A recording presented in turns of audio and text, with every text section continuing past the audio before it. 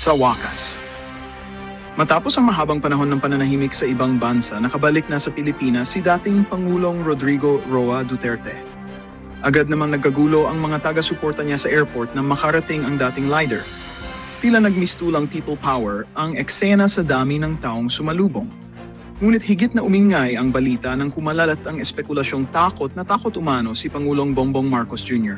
sa biglaang pagbabalik ni FPRRD sa bansa. Ayon sa mga nakasaksi, hindi may kakaila ang mainit na pagtanggap ng mga tao kay Duterte. May bitbit na tarpaulin, bandila at mga sigaw ng Duterte pa rin. Habang lumalakas ang sigaw ng suporta, umugong naman ang balitang nagkaroon daw ng tensyon sa kampo ng halukuyang administrasyon. May mga nagsasabing nababahala raw si PBBM sa posibleng pagbabalik ng impluensya ni Duterte sa politika, lalo na't marami pa rin sa mga Pilipino ang naniniwala sa kanyang pamumuno. Sa ngayon, nananatiling palaisipan kung ano ang plano ni FPRD matapos ang kanyang pagbabalik. Magbabalik ba siya sa politika o tahimik na lamang mananatili sa Davao? At totoo na bang kabado ang palasyo sa muling pag-angat ng dating Pangulo? Abangan ang mga susunod na kaganapan. At yan nga ang mga balita.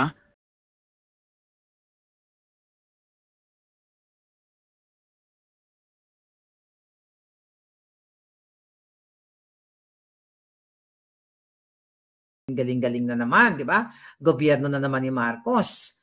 O, dapat dito sa mga choppers na to, kung talagang gusto nilang panagutin to si Zaldico, kunin na lahat. Sabi ko nga kanina, lahat, designer, sunugin, yung mga kotse, sirain, lahat. At itong mga pag-freeze sa mga account nila, pagkukuha sa mga pera na yan, dapat talagang ibigayan sa taong bayan. Pero again, hanggang balita lang naman yung mga yan, i-headline lang, tapos makakalimutan nyo na, mapagtatakpan nyo na, tapos yung pala, hindi natin alam, na unfreeze na naman yung account nila, nakuha na naman nila dahil malakas sila sa bangag administration.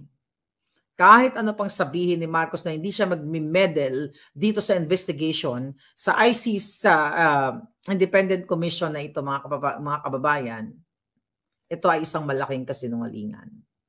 Okay? Yun nga, sabi ko nga, may mga bali-balita na mga umuugong-ugong. Itong si, sinabi ni Meow Meow Meow. Okay? Sabi niya, bakit parang once a week laging may bagong kuna na babalitaan? Anyari dyan sa AFP. Philippines versus Marcos. People power. Nananawagan na siya ng people power. So I just don't know, no? Dito sa mga mga support na mga armed forces of the Philippines, mga men and women in uniform. So hindi pa natin alam kung kailan sila kikilos. Dahil syempre ang press release ni Teodoro, mga kababayan, na intact, okay, ang military daw ay yung ang kanilang support dito sa administrasyon ni Bangag. Tapos recently, parang ilang percent yun yung sinasabi nila na yung trust rating ni Bangag tumaas daw. Was it 16%? Na-scan ko lang kanina. Whatever percent. Pero yan ay kasinungalingan. Kasinungalingan yan na tumaas ang ang kanyang trust rating. Yan po ay bayad na naman ni Bangag yan para linlangin kayo. Okay? So, talamak ang kalamidad, bagyo, lindol, mga negosyante, pinagugurgur, hold up. Recently, may nanalo na namang 56 million na jackpot dyan sa Quezon City. O baka aliado na naman nila yan dahil hindi pa rin tapos ang investigation dyan sa maanumalyang loto na yan na dinaya kayo. Di ba? Saan kayo tutungo? Lahat magnanakaw sila, mga palangga. Balik tayo kay Ralph Tulfo na pinag-uusapan pa rin. Na siya daw ay kinastigo ni Ben Tulfo, pero dapat yan tanggalin. Para talagang maniwala tayo, tanggalin niya mga hayop na ito sa ginagawa nila dyan sa Congress sa paglulustay ng pera niyong bayan. Balitang showbiz. Di ba? Nanawagan tayo kay Alexa Miro na mag-tell all siya dito. Baka marami siyang ebidensya na sumisinghot itong yung ex niya. At ngayon, pinapormahan-pormahan daw itong artistang si Alcantara. Sino yun? Aileen? Ano pangalan nun? Ano pangalan ng artista? Kailin. Okay, Kailin Alcantara. Nako, Kailin. Huwag ka na pumatol sa pamilyang magnanakaw. Madadamay ka lang. Alright? So far, ito po ang nangyayari sa ating bayan. Hi, Liz Vergara. How are you? Okay? Yung Okta, yung Okta ng credibility, mag-survey obvious na dinidiktahan. Wala na talaga. Hindi, mga kababayan, sabi ni Penny, sana talaga mag-rally ulit. Intact ang AFP intact kasi dahil bayad sila. Tandaan, mga tumutol sa paggawin ni PRRD, Aquino, Ontiveros, Pangilinan. Okay. Mga kababayan, alam niyo, I have to show you something. Okay. I think ito. Okay. Alam mo, balikan natin yung eksena, no? Okay. I hope napanood niyo ito. Napanood niyo na ba ito sa ano? Napanood niyo ba ito sa Boljakan? Okay.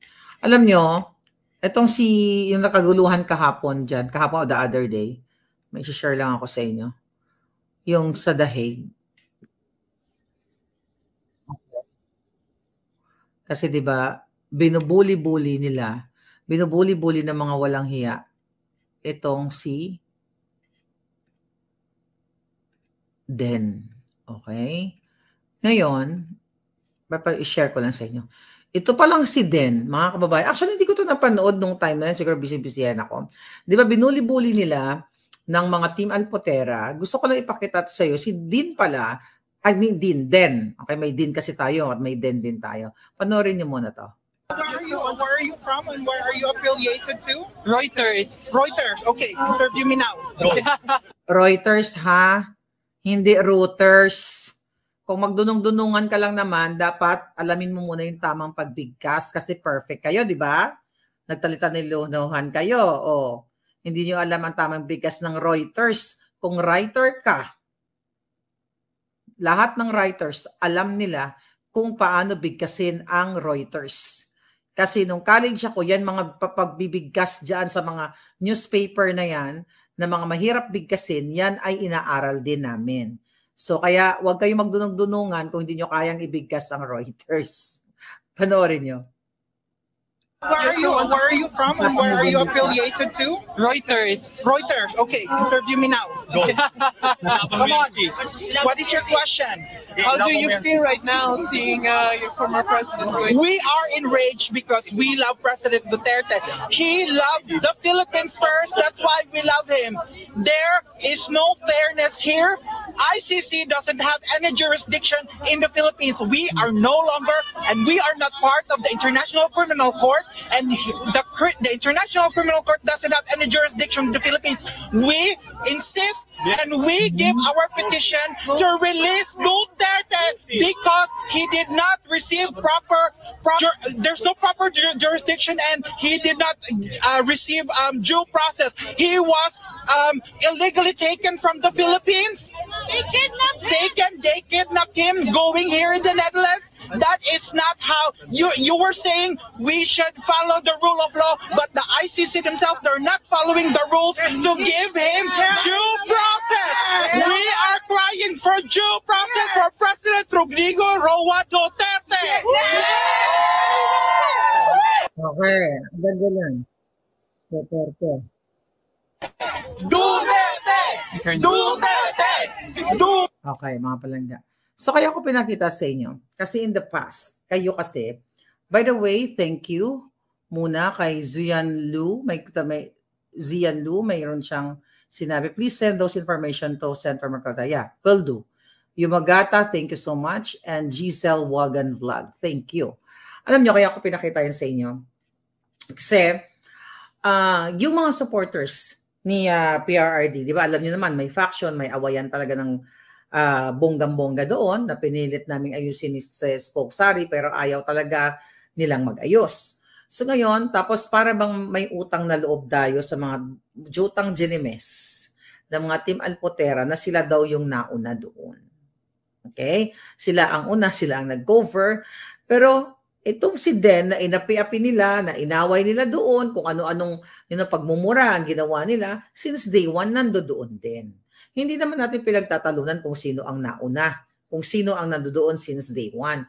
Kaso lang, yung minsan nababasa nating comment ng mga trolls nila, para daw magpasalamat pa tayo dito sa Team Alpotera kasi nauna sila.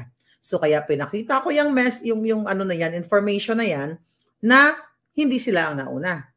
Si Den nandoon na. Pero hindi siya nagbidabidahan. Okay? Hindi siya nagbidabidahan, hindi siya nag-vlog, hindi niya ginamit yung opportunity na yon kasi hindi naman daw siya vlogger, hindi niya naman intention mag-vlog. Tapos sa kabila naman ng kahit hindi siya nagba-vlog, kasama siya lagi sa event na nagpaplano, nag-host siya and everything. So, gusto ko lang buksan ang inyong kaisipan na supporters ni PRRD. Hindi po ito paunahan. Actually, hindi ito paunahan kung 2015, 2016 ka nag-umpisa, which is yan ang naratibo ng mga Team Alpot na bumibika-bika ka para ibenta ang kanilang kaluluwa. At you know what? May nalaman pala ako na itong si Team Alpot ay dumidikit doon sa kaibigan ni Pangulong Duterte, na may aviation business. Bakit Alpot? Bumibika-bika ka rin ba doon? Yun ba ang nag-sponsor sa inyo? Kaya kayo nakarating? Kaya kayo may pang-shopping? Kaya kayo ay nakapag-business class? Diba? Kasi may edad na rin to yung kaibigan ni Pangulong Duterte. Yun ba ang nag-sponsor sa'yo? Ibinika mo ba ang bilat mo habang si Pangulong Duterte ay nakakulong? Kaya kayo ngayon ay what? Nagsiga-sigaan dyan? Dahil kahit kayo yung mga jobless? Balita ko, nagbibenta ka daw ng ginto, Alpot. Saan ginto? Saan mo ninakaw yung ginto? Hindi si Chavit. Walang kinalaman dito. Okay? May nag-send lang sa atin na yung kaibigan ni Pangulong Duterte, nilalandi mo, Alpot. May edad na rin, matanda na. May aviation business. Nilalandi mo para makakuha ka na naman ng pagkakataon. Hanapin nyo, nandoon, nung kaguluhan nandoon. Yung asawa niyan, I don't know kung may asawa ba yan. Mag-ingat-ingat po kayo. Dahil itong Alpot, talagang lahat ng mga matatanda niyan gusto niyang bikakaan para magkapera. Panibago yan. Nandoon, hanapin niyo sa video. Okay? Ang tanong ko, yan ba ang nag-sponsor sa inyo? May aviation business jobless nga sila, di ba? Tapos may nakita kasi akong video, but I cannot post it right now. Okay? May pa-chancing-chancing ka, ha? May pa-emote-emote ka. So talaga bang ang bilat mo, talagang inahain mo sa mga Masyonda bells? Patayan to. Hindi. Sa mga Masyonda bells, di ba? Akala ko ba si PRRD lang ang one and only kaululan mo. Tapos kumakaripas ka na naman sa panibagong Masyonda bells dahil may pera? Hanapin nyo yan. Mag-research kayo. Doon sa taong yon, buhay mo yan. Doon sa matanda, buhay mo yan. Pero gusto ko lang sabihin, yun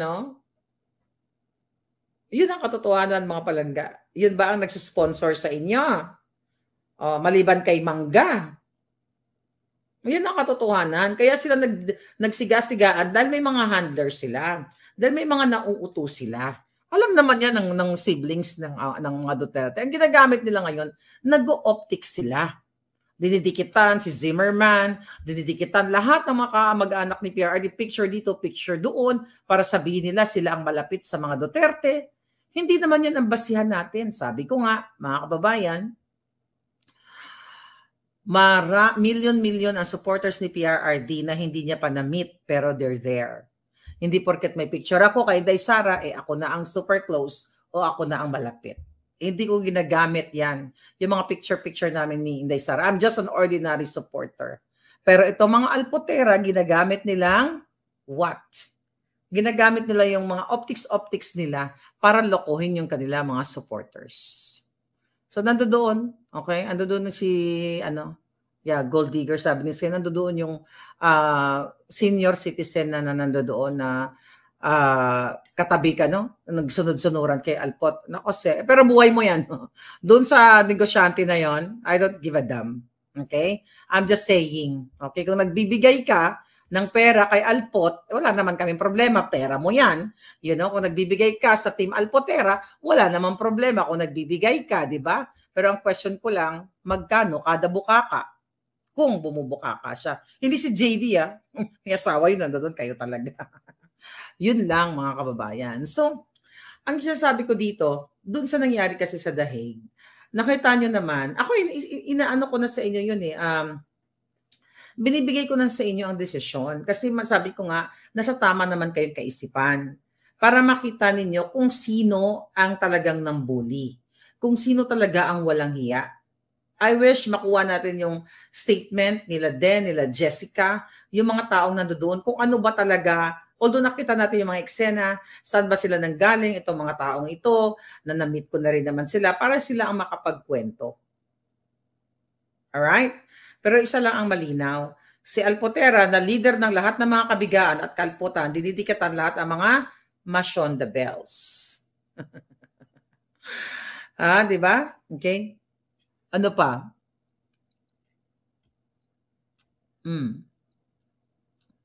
Bitayin si Martin at ko. Sabi ko nga palangga, lahat ng angka nila, kung pwedeng gurgurin, kung may batas tayo na lahat ng angka nila ay, magurgur. Parang katulad sa China, di ba? Recently, ang China, meron silang government official na bibitayin. So, dapat ganun sa atin. Lahat magnakaw, bitay ka agad, gurgurin silang lahat. Siguro maging happy ang buhay natin, sa Pilipinas. Hi, Donato Marcelino. Daho yung thunders na nilalandi ni Alpots. Ewan ko palangga, may nag-send lang sa akin. Kaya sabi ko, grabe talaga to si Alpot, Dinidikat-dikatan niya yung mga kaibigan ni PRRD. Matagal na raw to kaibigan ni PRRD. Basta may aviation chuba-chuchu. Marami naman kaibigan si PRRD na may mga aviation company. Itong si Alpot nga alap-apon, talagang iba. Talagang ang puhunan niya, bilat niya. Hindi nahiya sa mga anak, Isang dosena ng anak mo dahil hindi ka pa nahiya. Di ba, iniiwanan mo yung mga anak mo. Gusto mo mag-alpot-alpot dyan sa dahig. Gutesa nasa kampo ng Marines. Talaga? Nandoon ba?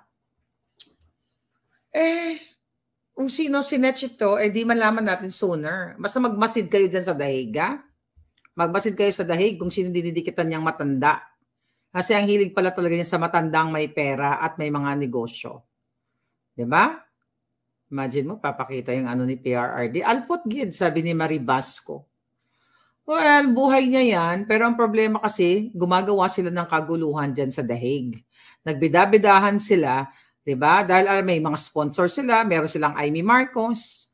Kaya nga, diba, inaway nila, talagang pinrovoke nila si Den, dahil nga yung grupo nila din, dahil naloka sila, dahil may mga Marcos signage, itong sila din. Na ever since, maisog time, DDS na sila, 2016 pa lang. Na kahit anong gawin nila, yan talaga yung mga legitimate supporter ni PRRD. Lahat naman tayo legitimate. Hindi naman porket wala tayo sa dahig, hindi tayo legitimate o hindi tayo organic. Ang problema lang, mga kababayan, huwag yun na idamay si Manong Chabit. Hindi siya type. Hindi pumapatol si Chabit sa ganyan. Di ba, Manong? Alam ko ang mga type ni Chabit. Hindi siya pumapatol sa mga alap-apon at mga bilasana. Imagine mo, ilang boylet na ang kumakaripas sa kanya. Diyos ko po. Hindi ko alam kung sinong pangalan. Pero meron daw dalawang Mashon the Bells na inaaligid-aligiran. Kadiri, Hukayin ang issue ni Dacer, Corbito, Coratong, Baleleng. Pwede rin natin hukayin yan yung kay Lacson, di ba? Yeah. Tapos ngayon, binabaliktad nila yung kwento ngayon, na kesyo yung, yung group nila Den daw ang naging physical. Sila ngayon ang duro. Nakita niyo kung gaano nila baliktarin yung kwento. Pero, ibibigay ko na sa inyo yung bola. Kasi you guys are smart enough naman. Alam nyo naman siguro, may utak naman kayo, may puso naman kayo. Alam nyo kung sino ang nauna, kung sino ang nangbuli, kung sino talaga ang bastos. At nasa inyong mga, by the way, hindi totoo, hindi daw sila, nagpa-picture lang daw yung mga alpot doon sa harap ng police station. Tapos nag-optics sila na nag-file daw sila ng complaint. Kasi pala sa the Netherlands, sa The Hague, hindi ka basta-basta makapag-file ng, yung parang sa atin, blatter, i-schedule ka pa. Yung mamaya siguro, yung mga kaibigan natin sa The Hague, baka makausap natin, so malaman natin, wala daw silang na-file pa na complaint na sinasabi dahil gusto nilang sirain si Harry Roque para hindi ma-approve ang asylum visa ni Harry. Ganun po kademonyo itong mga ito. So nag-optics lang sila. Pero hindi sila uurungan ng mga citizen at ng mga residente sa The Hague. Sa ngayon kung sino-sino mga sinisira nilang tao. Ganun mo mga hayop. Wala namang participation yung mga taong doon na hindi nyo naman nakita na nagwala-wala yung mga tao doon. 'Di ba? Si Den lang ang nag-defend, you know? Although may mga nagsasalta doon, may mga nagbi-video doon. Yung mga alam nyo, sa totoo lang, nung nasa Hague ako, I gained friends. Okay? Lahat ng mga taon, whether sila ay mababa lang yung kanilang trabaho, hindi sila nakapag-aral, mga ganyan, ganun. But I treated them equal. Kasi ano man ipagmamalaki natin? Hindi naman ako nag-i-emote na, excuse me, who are you? Well, I'm a Harlika. Hindi naman tayo nagaganon-ganon. Wala pong effect ang followers, ang followers natin, o kung matagal ka na, hindi ganyan ang sukatan ng buhay. Na magbidabidahan ka dahil Duterte supporter ka, then nagba-viral yung mga videos mo, tapos mag-feeling ako doon. I don't do that. Ako, ever since, hindi pumasok sa utak ko yung mga viral na yan. Sila pumasok na lahat ang hangin sa utak nila. Well, apekto yan ng anesthesia, no? Kasi 'di ba sabi nga ni Zidar Agos, yung mga retoke kasi pag nasobrahan ka, pag nasobrahan ka sa anesthesia, pwede ka mabuang, 'di ba? Lalo na kung pumasok sa nagmali ang pinasukan. Right? Ngayon, mga kapalangga, palamura po talaga ang dalawang akla. Alam mo, okay lang naman magmura. Pero kung mumurahin mo si Marcos Jr. at si putang inang Aiming Bangag, di ba? Babalo, sila magkapatid, matutuwa tayo. Pero ayaw nga nila murahin, kaya nga sila nagalit kay Den kasi feeling nila hinijack daw ni Den yung event nung Friday. Hindi yung nakaraan na nag-away sila.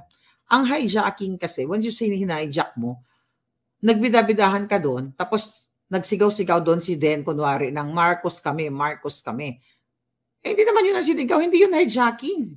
Nagpakita lang siya ng support, nagdala siya ng Marcos resign, nagdala siya ng flag, nagpakita siya ng support, hindi siya nag-hijack. Well, ganun sila kagaling mambaliktad. Kaya nasa inyo na yan, mga kababayan. Nasa inyo na, pinresent na natin, at I hope makausap natin yung ating mga palangga, ng mga taga-The Hague, para makapagpaliwanag sila. Bibigyan ko sila ng platform dito sa ating page. And also, Team Alindog, Edwin Homora, Yumi, Channel 167, Rudy Bolilit, lahat kayo dyan ay, if you want to interview these people, I will connect them to you. Okay? Para marinig yung boses nila. Kasi hindi sila mga vloggers eh. They just started their page. Sabi ko nga, gumawa kayo ng page para makapag-ere kayo ng inyong sentimiento. Hindi yung kinakaya-kaya lang nila kayo. Di ba? Anyway, mga kababayan, kung nayabangan kayo sa kanila at nakita nyo mga asshole sila, then don't waste your time sa mga taong ito. Basta tayo, intact pa rin yung ating suporta kay PRRD. Ang wish natin na makauwi na siya as soon as possible. Ako, ipagpapatuloy ko yung mga expose natin. Katulad ngayon, nakita nyo, bongga-bongga yung expose natin ng first part, di ba? Okay. Charlene Yumol. Okay. Ay, Charlene! Ikaw ba to, Charlene? Nakakwento about si Charlene, yung dinuro-duro ni nung naka-blue. I'll tell you about these people. Charlene and Jason. Sabi ko nga, people come and go, sa buhay natin. Nung nasa higa ko, sabi ko nga, ang dami kong na-meet. Hindi ko kayo lahat matatandaan. Pero, pag nagkita ulit tayo, Lalo na kung pumunta ako sa bahay niyo, matatandaan ko kayo. Pero sa everyday, nakakalimutan ko sa dami ng mga pinaglalaban natin. Si Charlene, I like alam nyo yan, yung love story ninyo, hindi ko makalimutan yon. Love story to ni Jason, yung pagtrato mo sa amin, na kahit na sinurprise namin kayo, doon sa bahay ninyo na tumawag kami, pwede ba kami makikapi dyan, di ba? So tinanggap nyo kami, I appreciate that so much. Hindi ko yan makalimutan. Kaya nung nakita kita, Charlene, na dinuro-duro, hindi ka kita agad na-recognize. Kasi ang daming tao, di ba? Kaya nga nag-asa ko, sabi ko si Charlene ba, yun ba yung pinuntahan namin sa bahay nila, At nakita ko kung paano ka babuyin. So, i-pursue mo yan, Charlene, at any husband, okay? Any husband sa mundong ito ay gagawin na ipagtanggol ang kanyang asawa kapag ginuduro-duro na. Sabi ko nga mga kababayan,